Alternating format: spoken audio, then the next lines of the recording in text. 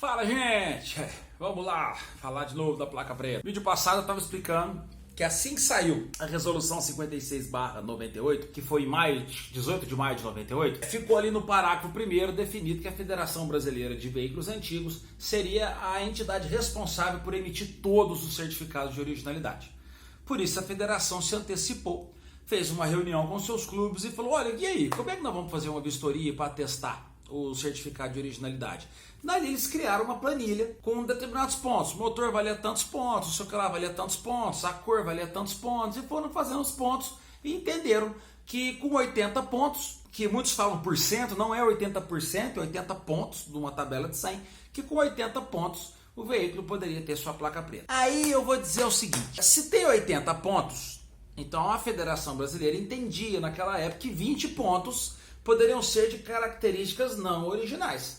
Por isso que a pessoa perdeu ponto. Nesses 20 pontos estava incluído o desgaste, às vezes, do uso, porque às vezes o veículo era original e não restaurado. E o veículo restaurado, se ele errou num tom de cor, se ele errou numa troca de material de estofamento, se ele errou em alguma coisa de painel que estava errado, perdia aqueles pontos ali dentro dos 20. Na época, desde quando saiu a lei dessa legislação da placa preta, já era para ter ficado entendido que não eram 100% originais. Porque se eram só para veículos 100% originais, não tinha que ter 80 pontos, ia ter só 100 pontos. Você pode perder 20.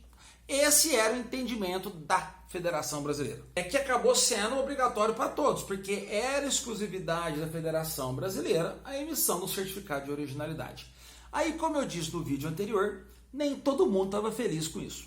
O Roberto Nasser, que foi a pessoa que deu a ideia da placa preta lá atrás, que foi o cara que deu a ideia de criar a Federação Brasileira para poder ser responsável pela voz ativa do clube, que foi o primeiro presidente da Federação Brasileira, que quando saiu a resolução lá em 93, a primeira vez, estava ele, o Og, se eu não me engano, acho que ele, o Chico Azeredo, não lembro quem era o presidente, mas era o grupo deles.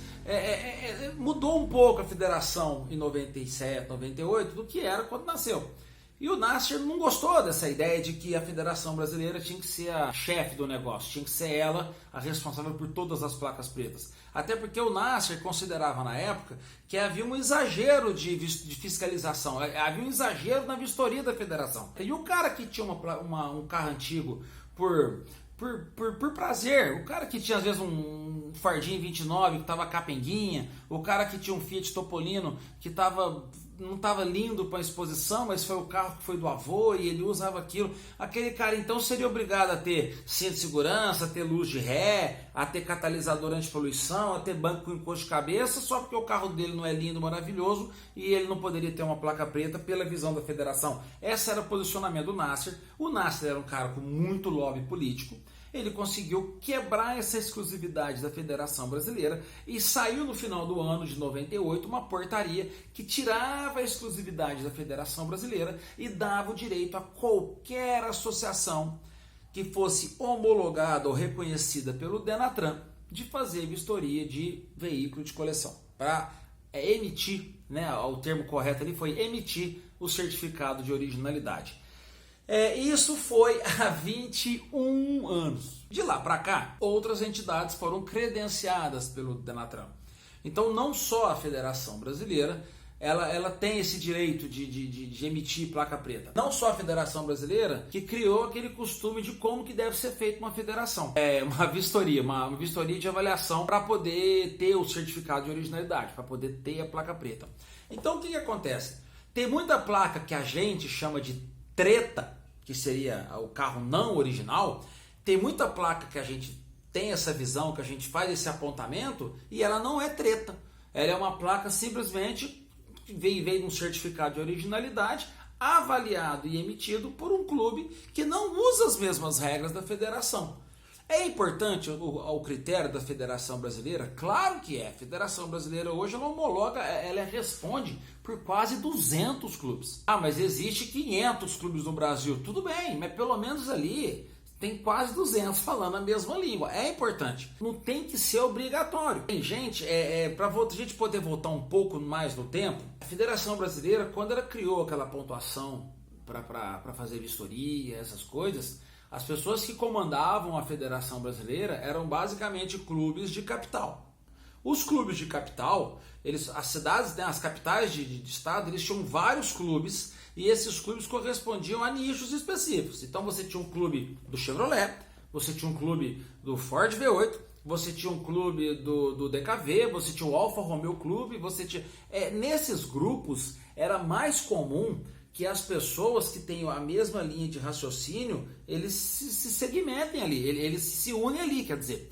Então, era mais fácil o clube do MG entender que o MG ficaria mais valorizado se ele fosse todo original.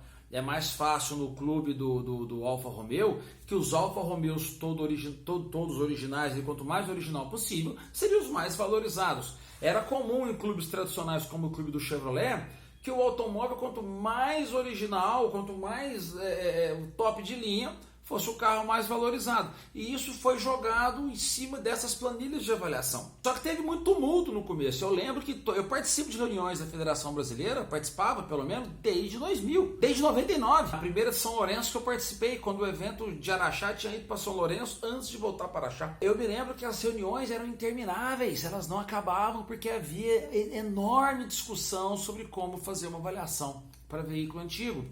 E isso, naturalmente, coincidindo com o fato concominando com o fato de que a Federação Brasileira não era mais a exclusiva para emitir, hoje qualquer clube de veículo antigo homologado ao Denatran tem a sua linha de raciocínio. E ouço um pensamento no Brasil de que a placa preta é carro 80. Olha como é que a coisa voou. Talvez por uma falta de clareza na informação, não pela federação, é que acaba sobrando para ela, porque como ela responde pela maioria dos clubes, acaba sobrando para ela, porque os outros clubes que são independentes, eles não têm uma força, eles não são tão telhados de vidro, né, para poder sofrer essas críticas, acaba sobrando para a federação. Mas a federação trabalhou demais para tentar resolver isso. A federação fez um workshop não oficial em 2003 no Colégio Dominus Vivente, quando o Everardo Cosme era vivo ainda, que a Mattel, na época que estava começando com o evento no Sambódromo nas terças-feiras, eles filmavam lá, a gente teve uma vistoria de placa preta com uma Mercedes e um outro automóvel que eu não lembro, veio gente do Brasil inteiro ali. Em 2005 a federação gastou uma grana, reuniu todos os diretores regionais num hotel em São Paulo, chamado Times Square, e fez o primeiro workshop da Federação Brasileira de Veículos Antigos. Eu estava lá, eu cuidei da pasta de placa preta, onde o presidente era o Muricy e eu fui o secretário de pasta, onde a gente não conseguia acabar o assunto. Dali nasceu uma nova planilha de vistoria, foi ali que eu apresentei uma planilha sobre vistoria de motos antigas, porque não existia nada sobre motocicletas antigas. Ali eu apresentei, que inclusive foi o Marcelo Branco de Uberaba que criou essa planilha, baseado o mais próximo possível na avaliação dos automóveis. A gente apresentou aquilo ali, dali nasceu a famosa Carta de São Paulo.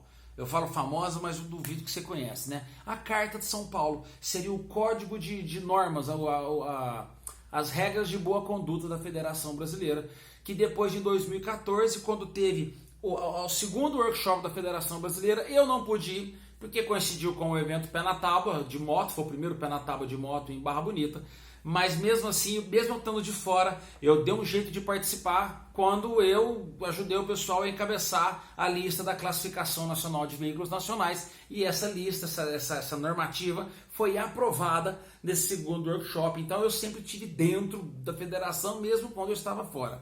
Então eu começo, está acabando o tempo aqui, eu começo a explicar para vocês que essa coisa de 80 pontos, essa coisa de 100% original, essa coisa de que placa preta tem que ser para veículo todo original, isso não existe na lei.